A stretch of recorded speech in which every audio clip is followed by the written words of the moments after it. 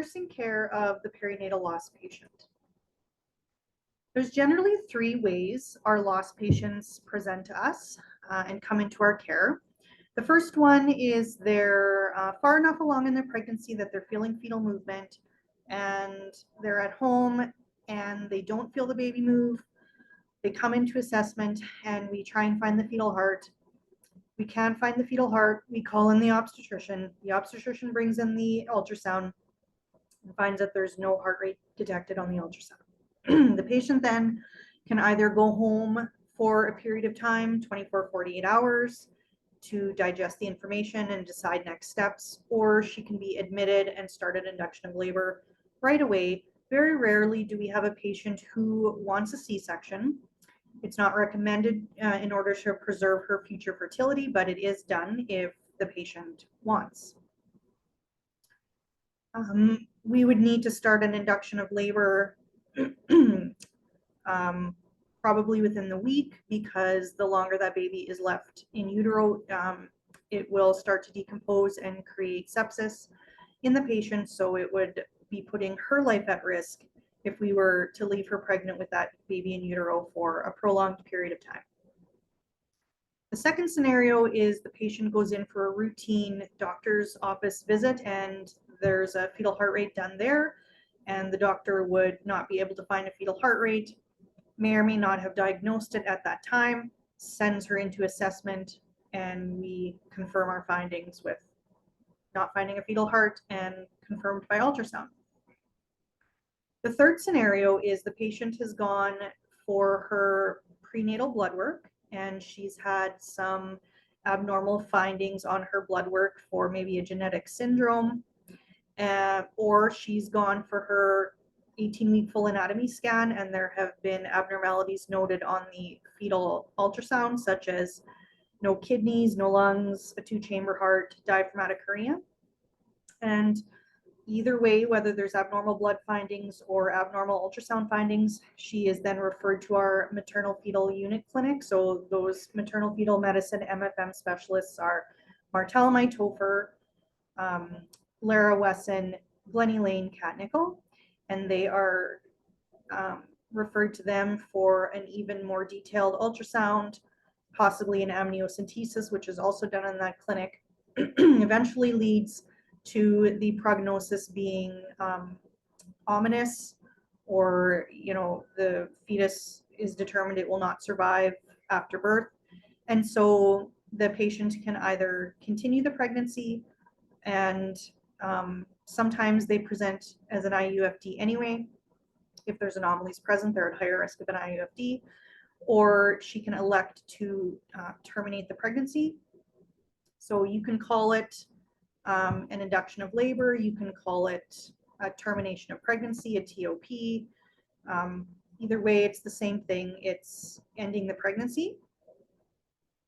Now, we do have the option of one or two of our obstetricians, Dr. Glennie Lane for one, Dr. Kat Nickel for another, do have the skill set to inject potassium into the heart of the fetus to stop the heart beating and then proceed with induction of labor. And some patients may prefer that route so that they know they'll be delivering a deceased newborn and possibly doesn't have to endure the pain or stress of labor.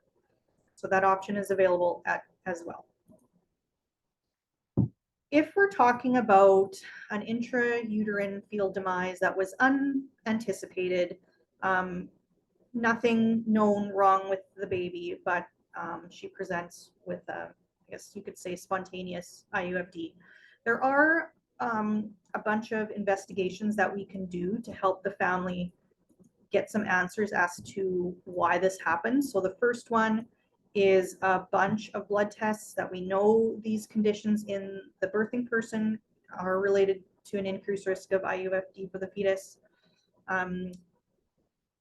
There's results of the amniocentesis, and then once the baby's born, we can do x-rays, CT scan, autopsy, culture the blood of the fetus, checking for infection, examine the placenta, determine if there's abnormalities in that. So with comprehensive testing, which includes a genetic component if they believe it's a genetic origin. We can determine the cause of death about 60% of the time, which isn't enough for some of these families that are blaming themselves and wondering why this happened to them. But it is super important in order to plan future pregnancies and future fertility for the couple. If they would like to extend their family, we need to do as much as we can to find an answer for these families so that they can work on planning their next pregnancy. So not all investigations will be appropriate or indicated for all situations. For example, if the baby is born and there's a true knot in the cord and there's no blood after the true knot going to the baby, there's our answer. We don't need to continue on with the genetics because the most likely scenario was a cord accident and genetics didn't play a role at all. If there's genetics suspected at all, then they will be seen by a geneticist, a genetic counselor. Blood work will be taken from the mom and dad. And then, during the pregnancy, they can find out a lot of information during the pregnancy, but once the baby's born, the baby we might also take cord blood and send that for genetic testing as well to see what was affected or if this baby was affected. And all of these tests and procedures are physician ordered. So here's the blood work that we would send on our patients. So if you go on to SCN and you're ordering blood work, you go to order sets. This is called the stillbirth order set. It is what used to be known as a torch screen. TORCH was an acronym, but that doesn't include all the tests we do now. So let's just go through these tests. So we know that if a patient is anemic, she is at risk of an IUFD, so we check her CBC. Also, if there's an idiopathic thrombocytopenia, ITP of pregnancy, any clotting disorder or bleeding disorder puts the baby at risk for an IUD, so we check for that by assessing her CBC. We know that hypothyroid disorder can cause an IUFD, so we check her TSH. We know uncontrolled diabetes causes IUFD, so we check her hemoglobin A1C. We check the Kleihauer-Betke to see if fetal blood entered maternal circulation. Is there evidence of a hemorrhage? Is there evidence of abruption? We can tell that by Kleihauer-Betke, and we will also examine the placenta at birth. Then we check for a whole range of viral infections, such as cytomegalovirus, parvovirus, toxoplasmosis, varicella, rubella, all cause IUFD. As well, a huge cause of IUFD on our unit now is syphilis. So we would also check her syphilis. Testing continued. So if the patient has any type of infection, also predisposes the infant to an IUFD. Like I said, any bleeding or clotting disorders, any incompatibility with mom and baby's blood type, and then I mentioned syphilis. So we do have a procedure for, you can call it an induction of labor, or you can call it a termination of pregnancy. So we use the combination of the drug mifepristone followed by misoprostol in order to terminate second trimester pregnancies. So if the fetus has already passed away, spontaneous, unplanned fetal demise between 14 and 24 weeks, or if we're actively terminating the pregnancy between 14 and 24 weeks, we can use the same procedure. Like I mentioned, the injection of potassium into the heart of the fetus, called feticide, is offered by some obstetricians, MFM specialists, and that would be a service offered to patients if they requested it, or it would be offered and they can accept or decline. So here's the policy for the mifepristone. So it is packaged and given in combination with misoprostol, but the mifepristone, also called mifegymiso, is given first for 12 to 24 hours. So the mifepristone can be given in a couple of places. It can be given on assessment. You would fax the order and pharmacy would send it up by a pneumatic tube, and the patient would take the pill here and then she would go home for 12 to 24 hours, or they could get a prescription and go and fill that prescription in the community at a few different pharmacies, and then they could go home for 12 to 24 hours. So the point is they need the mifepristone on board for, I believe, 12 to 24 hours, and then they're going to come in and we start the actual induction with misoprostol. So this mifepristone has gotten some bad reputation in the news because it came out a couple years ago and it was, the media called it the abortion drug. But what this has done is turned a surgical procedure, which is a D&C, that would be the other way a patient could terminate the pregnancy. She could go for a section D&C. It's turned a surgical procedure into a medical procedure, which has revolutionized women's healthcare and reproductive healthcare, and it has led to better outcomes for our patient, shorter times to delivery, reduction in the risk of retained placenta, reduction in the need for surgical removal of placental tissue, a better patient experience compared to misoprostol alone. So we used to just give misoprostol, but now we give mifepristone and misoprostol, and it has led to those outcomes. The other alternative is surgical, but that is surgery, and it does impact future fertility for the patient, such as causing intrauterine adhesions. So it's been a great breakthrough for women's health and reproductive health, and it's just gotten a bad reputation in the media for those who are uninformed. So what does mifepristone do? It does not initiate labor. It causes the placenta to abrupt off the wall of the uterus. And so once you give the misoprostol, the placenta and the baby are delivered in the sac, and you have no risk of retained placenta. If the placenta and the fetus are delivered in the sac with the sac still intact, you are 100% guaranteed to have total removal of the placenta. The problem with these second trimester losses or terminations are you have a high risk of retained placenta, because a second trimester placenta was not planning to be removed. It is very sticky. It adheres to the side of the uterine wall, and it is very difficult to come off, and it often requires a D&C to be removed. But with the mifepristone, it has led to decreased need for surgical removal of the placenta. So the dosage is 200 milligrams. It is provided by an obstetrician gynecologist, like I said, either in assessment or in a pharmacy in the community. This whole procedure needs to have the indication clearly documented on the chart. We know that we're planning on admitting this patient within 12 to 24 hours, so that counts as an induction of labor. So an induction of labor rec needs to be filled out. After about 12 to 24 hours, she's admitted under the care of an obstetrician, not a midwife or a family physician. The pregnancy needs to be between 14 and 24 weeks. Consent needs to be signed and implied by the patient. And once she's admitted to you, usually in an SRMC room, you take a baseline set of maternal vitals.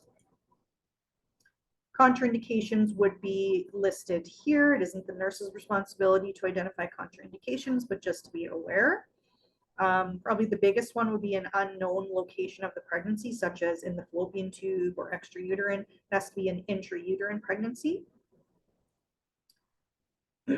So once the mifepristone has been on board for 12 to 24 hours, we then start the misoprostol, keeping in mind that our times of administration for all our induction of labor drugs still apply. So if you've given Cervidil and you now want to remove the Cervidil and go the misoprostol route, you need to wait 1 hour. If you're switching from oxytocin, you need to let the oxytocin wear off for at least 30 minutes. And if you wanted to start Cervidil or oxytocin after misoprostol, you need to wait at least 4 hours. This is just so we don't double dose her on an induction medication. We want to make sure that we are still proceeding safely with this patient, even though the fetus is not viable.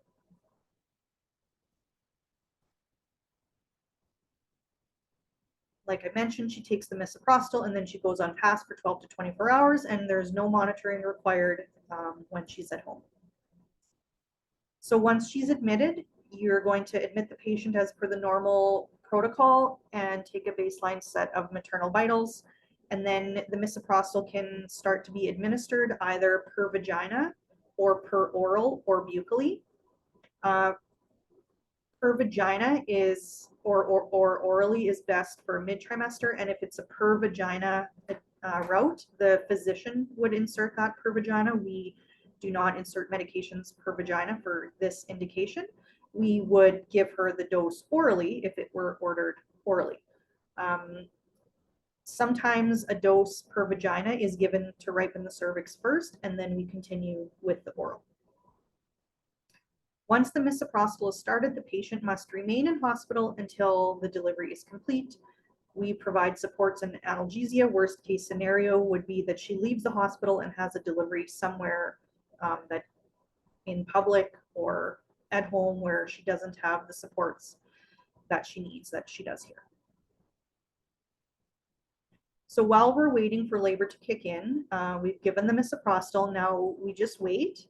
We perform vital signs Q6H until active labor starts. Once she's in active labor, you do vital signs Q1H, but you might be doing them more frequently, especially if she has a PCA. You would have to do more vitals for that. Once she is postpartum, delivered fetus and delivered placenta, then this type of induction is actually less monitoring. You only have to do vital signs Q30 minutes times 2, and then once more in 1 hour. Any other type of loss delivery, you would treat like any other delivery where you would do vitals Q15 times 4 until stable. So this is less monitoring. If we're doing a misoprostol only induction, there's often a dose given first vaginally, like I said, to ripen the cervix, and it's 600 to 800 mics. Wait 12 to 24 hours. Again, the physician inserts that. And then we would give 50 micrograms orally, Q4 times 4. And if she didn't kick into labor after that, then we would reevaluate the total clinical picture and possibly move on to a different method. Now, a second trimester or a first trimester termination would be using the MIFI and the meso induction. If we have an IUFD at an advanced gestation, 30, 34, 38 term, we would treat that like any other induction, and then we could use Cervidil or oxytocin. The reason we don't use oxytocin at an early gestation is because the patient does not have the oxytocin receptors open to receive the oxytocin in order for her body to start the labor process. So it is dependent on gestation. If you were doing an advanced gestation induction of labor, you don't need to do fetal monitoring, but you do need to monitor the frequency, duration, and strength of contractions. What do our patients get for pain management? So it is the standard of the anesthesia department to offer the patient any method of analgesia that she desires. And there will be an anesthesia consult. There will be a discussion of the risks and benefits of different options of analgesia, but you can follow up, you can do some reinforcement of these teachings. So there's basically 4 options for pain control. This consult by anesthesia needs to happen sooner rather than later, so we're not having this conversation while she's already in labor. By that time, it will be too late, and it won't be an appropriate time for the patient to make choices about her care. So your first option would be nitrous oxide. She could use that. Your second option would be IV push fentanyl. The doctor would give you an order for fentanyl like in a term spontaneous viable pregnancy. So that would be 100 mics of fentanyl, IV, Q30 minutes times 3. These labors don't often last for several hours. They're often a very short labor, often just a couple of hours. So that might be enough. That would give you 90 minutes of pain control. That might be enough to get her through the delivery. Then you have your PCA, and we've got an option of fentanyl, dilaudid, or morphine. That is what the majority of our patients end up choosing.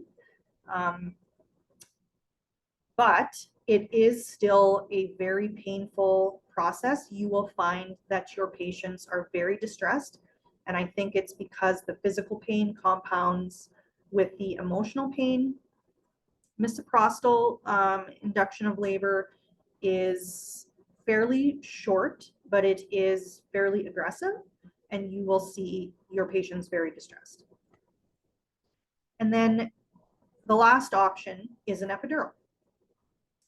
So it's prudent to have a saline lock in place before labor starts, so that once she does kick into labor, we can quickly get her the analgesia that she's requested. Even if she wants nothing for analgesia, you still want to have a saline lock in place. So in case we have problems with bleeding or retained placenta, we have an IV in case of hemorrhage or having to go to the OR. Like I said, these labors are often short but very aggressive, so the need for pain relief is often very sudden, and it's would be very difficult to insert an IV while your patient is distressed and in the middle of her very short labor and delivery.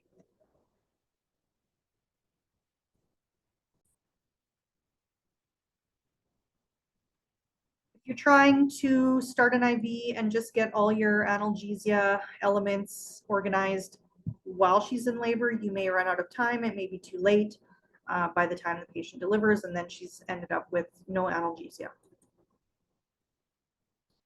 Like I mentioned, the IV push fentanyl is always an option. 50 to 100 mics, Q30 to 1 hour. Don't forget about your frequent monitoring. The PCA is ordered by anesthesia. You have the option, generally fentanyl or dilaudid is used. So the way I describe this to patients and how you might want to coach your patient is, even if you're pushing fentanyl or she's got a PCA, you can hook up the PCA machine and it will be ready to go at the first sign of discomfort. She can start pushing her button. Having the PCA gives her a sense of control over her own analgesia.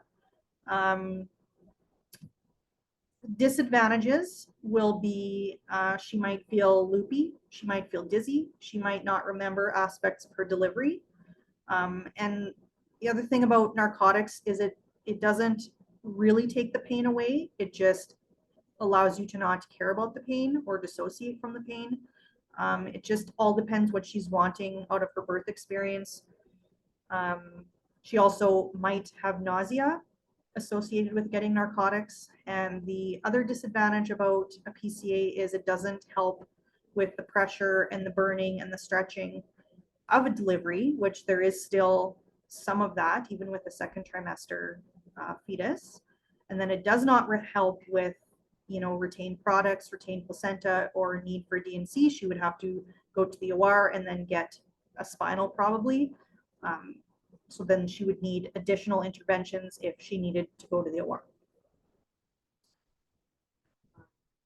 For some people, this is enough analgesia, and for others, it absolutely isn't. So then there's always the option of the epidural, and the benefits of the epidural. She's alert. She's,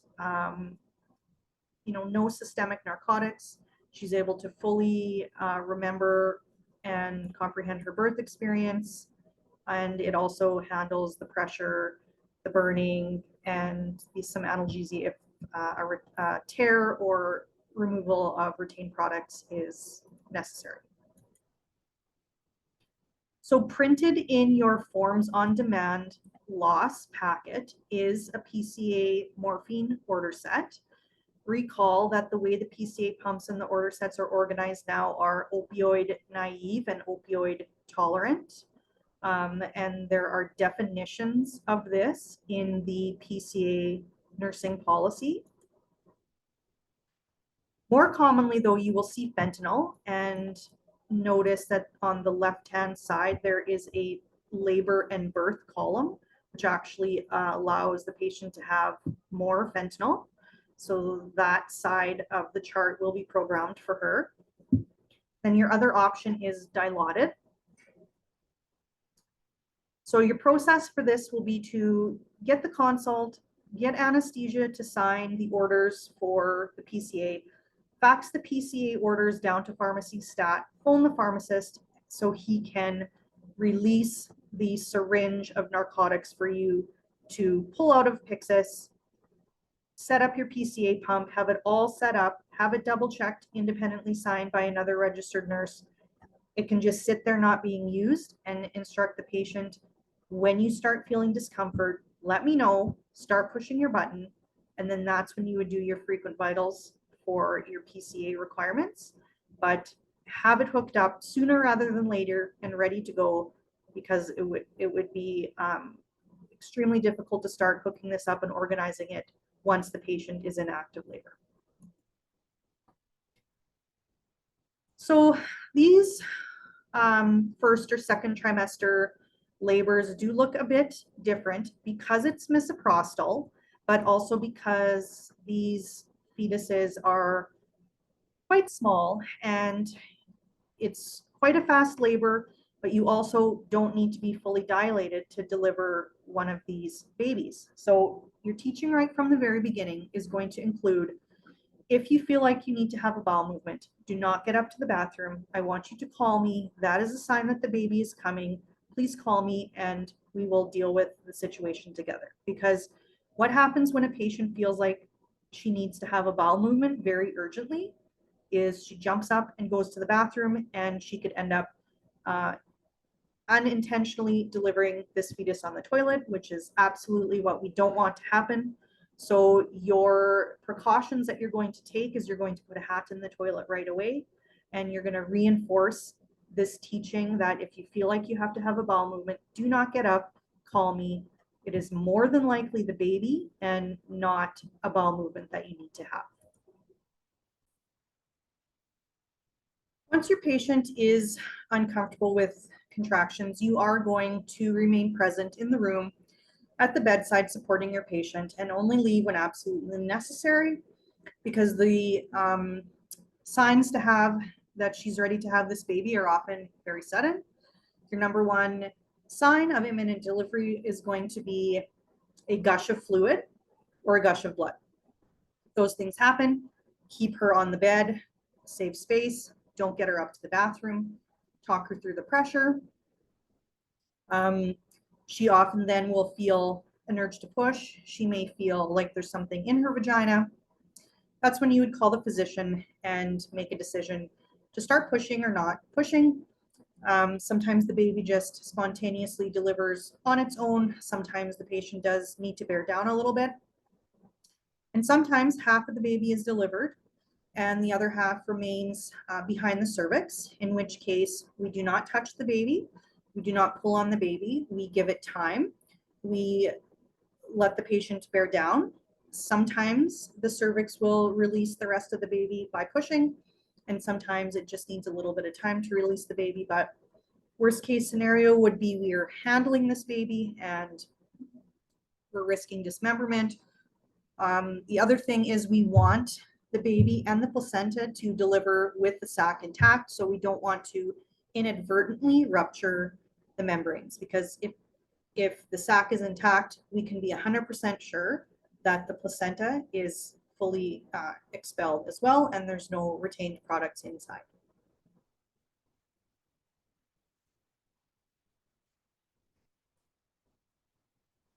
So even though our retained placenta rates are lower due to the drug mifepristone, we do still get some retained placentas. So again, reaching up inside and doing a manual removal of the placenta is not ideal. Then we cannot be sure that the placenta is all removed. And then the thing that goes along with retained placenta is a PPH. So the general principle that we use is, while the placenta is still in utero, you do need to do your vitals, fundus and flow checks every 15 minutes until delivery. And we've waited anywhere from 2 to 6 hours for this placenta to deliver. But the thing that would get us to the OR sooner would be hemodynamic instability or a loss of a large amount of blood out the vagina that we visualized and measured. Then we would go to the OR for D&C.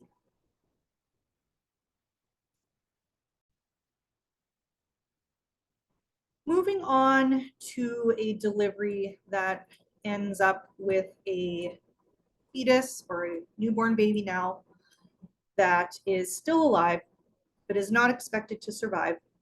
This is a pediatric palliative case scenario. So oftentimes we don't know if the baby will survive delivery or not. So sometimes the baby is born alive, sometimes it is not, and it is not known until he's actually delivered. So what do we need to be aware of? We need to do an assessment of this baby at birth, and if he has even, he doesn't appear to be breathing, he's not making any movements, then the next thing for the nurse you to do would be auscultate the apical heart rate. If there is an apical heart rate, then the baby was born alive, so you need to call it a live birth, and then it's a matter of determining time of death or when the heartbeat stops. Also, remember that if the baby lives more than 1 minute, you need to assign a 1-minute APGAR. If he lives more than 5 minutes, you need to assign a 5-minute APGAR. And so his APGAR score might be like a score of 1, just for a heartbeat that was extremely low, but still present. So if the heartbeat is extremely low, like 20, you're going to have to listen long and carefully for a heartbeat. But any signs of life needs to be called a live birth. You can tell the family that the baby is still alive, and then at that point, we're monitoring for signs of death, and the nurse can declare time of death when you no longer hear a heartbeat. If your baby is known to be a later gestation and physicians believe that this baby will live for a period of time, then pediatric palliative care might get involved. They may write orders for the unborn baby, and these orders would include, if the baby is grimacing or looks like he's having trouble breathing, you could do some blow-by oxygen. They may also order morphine syrup or Versed syrup. So what you're going to have to do is fax the orders down and explain to the pharmacist the situation, that this is an unborn baby who's not expected to live, and these are his palliative care orders, and can you please send up some morphine syrup or Versed syrup on the next run so that it is stocked in Pyxis and ready to go. If you do not have specific orders written by the pediatric palliative care physician, then the obstetrician can write pediatric palliative care orders for you, which would include the oxygen, the morphine syrup, the Versed syrup, if you determine that the baby is in distress. Most oftentimes, if you leave the baby skin to skin, keep the baby warm, you usually don't have to go the route of giving oxygen or morphine, but you can if you feel it's appropriate.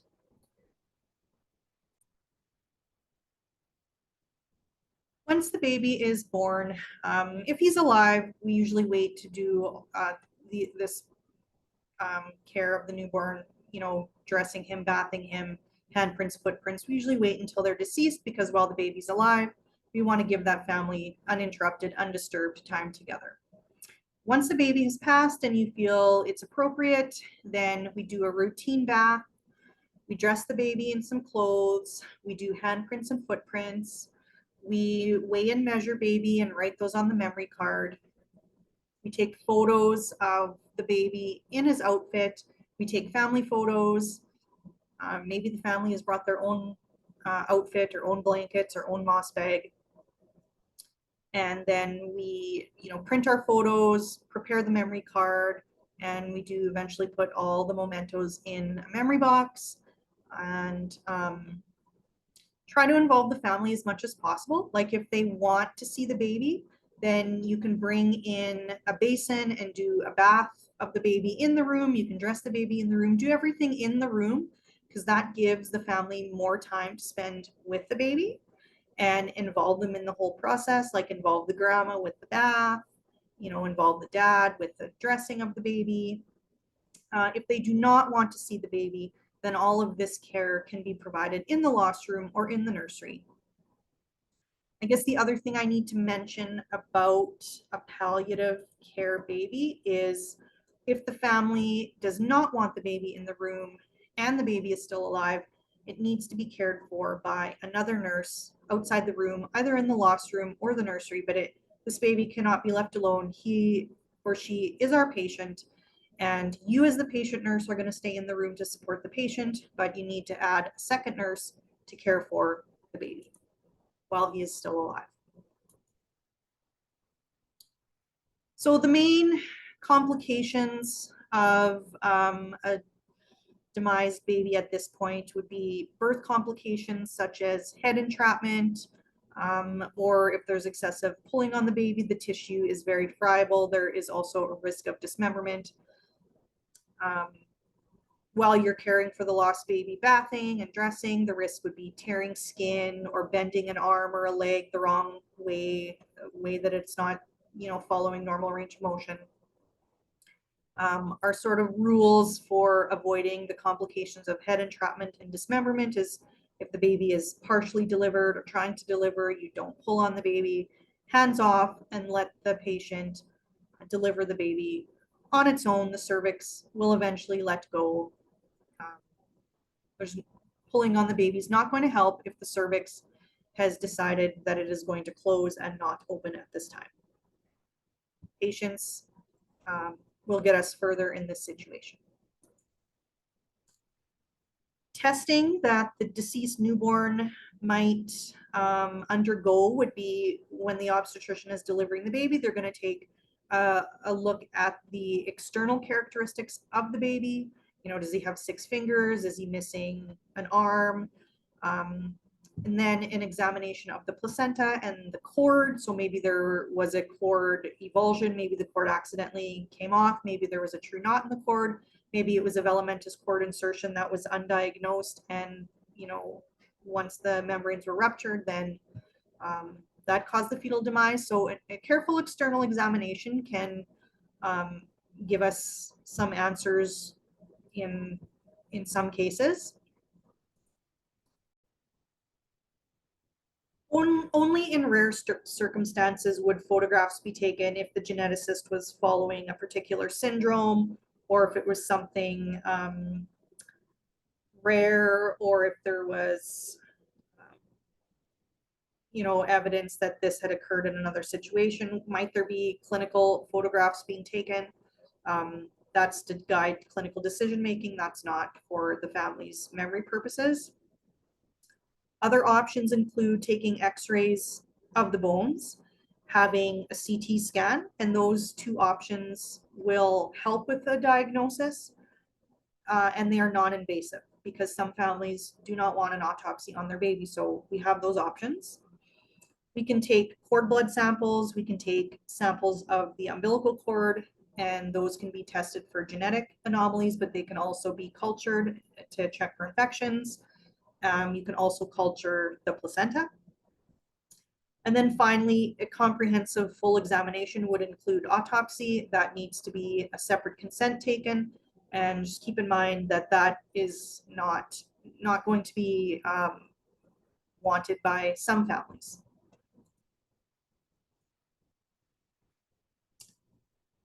Examining the placenta can also determine did it abrupt, was there an infection, was there an infarct, and I mentioned the other 2.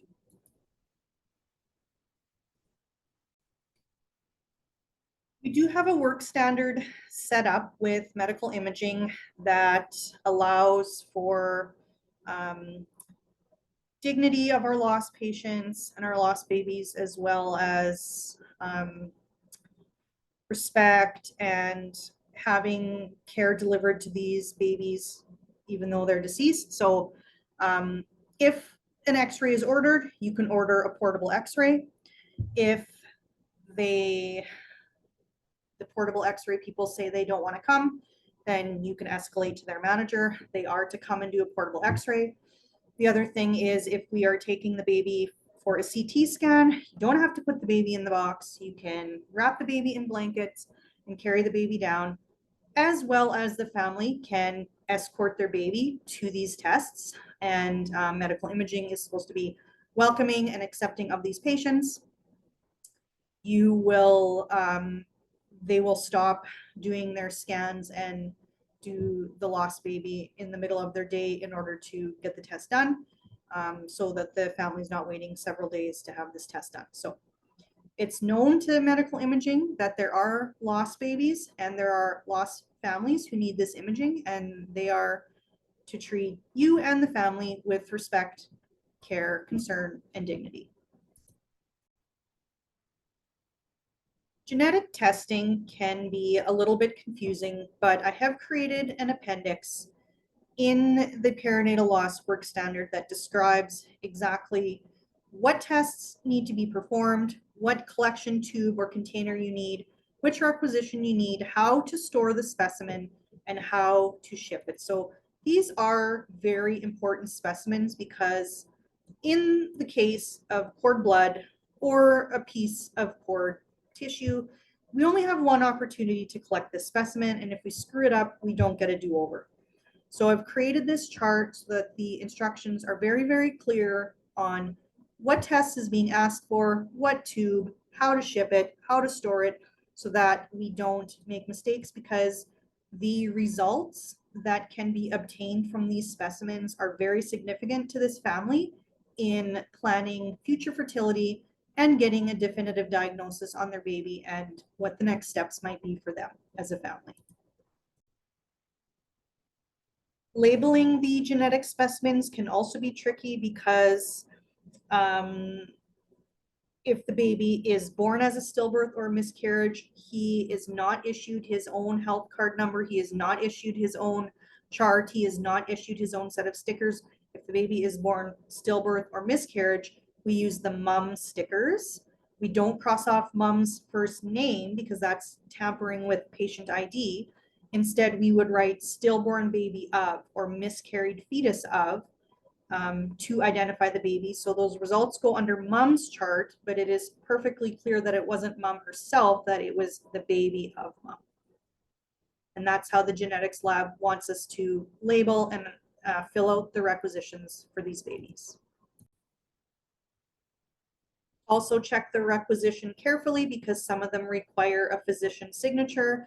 And if you ever have any questions, you can call myself, call a more experienced person at loss to double check your paperwork, or you can call the cytogenetics lab. They would be happy to walk you through the process and help you do the process correctly the first time rather than correcting errors in retrospect. So the process to take a baby for the CT scan is outlined in the worksheet that I'm going to talk about in the next presentation. Basically, if the baby was born stillbirth, you're going to order the CT scan through mom's name on SCM. If the baby was born alive, then he will have his own chart in SCM, so you can order the test through him. Just follow the instructions. I think they're well laid out on the worksheet, but nothing substitutes a phone call down to the department to explain the situation and make sure that the two departments are understanding each other correctly. And the phone number is right on the worksheet here, 3167, if you need to get any clarification on any of these processes. So the process for X-ray would be the same thing, and call 3167 to confirm if you have any questions. Communication on the front end saves us fixing mistakes on the other end. Discharge teaching. We do have quite a comprehensive teaching booklet. It's called Caring for Yourself After Loss. Our patients need to get this booklet each and every time. It does talk about the physical characteristics of being postpartum and a lot of the same teachings that you would do for a normal postpartum patient. So you don't need to print off the discharge instructions for ISP if you don't want to, because it's all covered in this booklet. But giving them the booklet would be what, for sure give them the booklet, and then you can print off the discharge teaching instructions from ISP for postpartum if you want to. Maybe if you wanted to write her appointments down or something for her. But definitely all our patients need to get one of these books. So go through the book, familiarize yourself with it. What it has is what to expect physically of the early postpartum period. It talks about the fact that breast milk can be produced as early as 16 weeks and how to deal with milk coming in. It does discuss the option of donating milk to Northern Star Milk Bank, but it also discusses the option of the drug cabergoline to dry up her milk supply. Other things in your discharge teaching you need to have a specific conversation about is birth control. We would not want our patient to have an unintended pregnancy at this time while she's grieving. We want to make sure she has total control over the spacing and number of her children. So discussing what her plan is for birth control. Resumption of sexual intercourse is going to be a personal decision. Some people will want it sooner rather than later. Some people will want to be touched when they're grieving. Some people will not want to be touched when they're grieving, but it's definitely a conversation worth bringing up, that whatever the patient is feeling is okay. And it's a personal choice that she can make with her partner, and all of it is okay. Discussion about the stages of grief.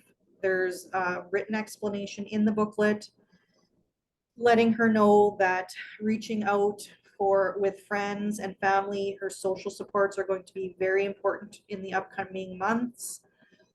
Talking about things that might trigger her grief in the next year or so, like the baby's due date, going back home and looking at all the baby supplies that she's already purchased.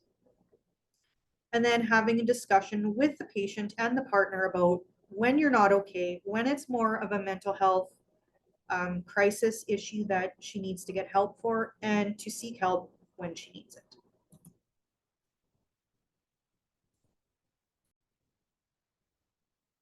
Discussing that postpartum baby blues, postpartum emotions or depression is different from grief, so she's going to have both.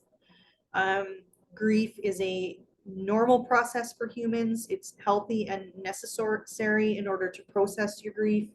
Everyone grieves in their own way. There can be physical as well as emotional signs of grief. But if the grief turns into more of a mental health issue, you need to contact your physician for some help. And there's also no time limits for grief. Everybody grieves in their own way and at different rates. So our patients, our lost patients, do get follow-up in the community by our prenatal home care. So this is a phone call at about 48 to 72 hours after discharge to see how they're doing. This is just a phone call, so there's no geographical restrictions for this. It can be the former Saskatoon health region, it can be out of our health region, it can be out of our province, it can be out of our country, because it's just a phone call. So there's no restrictions to the first phone call. And then in the initial phone call, our prenatal home care nurses will assess whether a home visit is appropriate, and the home visit would have to be occurring within the boundaries of the former Saskatoon health region, which is about an hour drive in each direction. Things like if there's blood pressure challenges, if there's signs of an infection, or if she's not coping with the loss, would be reasons for a home visit. Then after the first phone call, there is another option for a phone call at the 2-week mark. And then there can be a third phone call at the 6-week mark. And then there's also a phone number that the patient can phone at any time. You know, you may think that this isn't much, just a phone call, but our patients that have had these nurses call them and are just there to listen and talk, our families have reported that this service is very beneficial. So please encourage your patient to accept these phone calls, because she may not feel like she needs help now, but once she's home alone for 48 to 72 hours, it might be really nice to get a phone call from somebody who cares.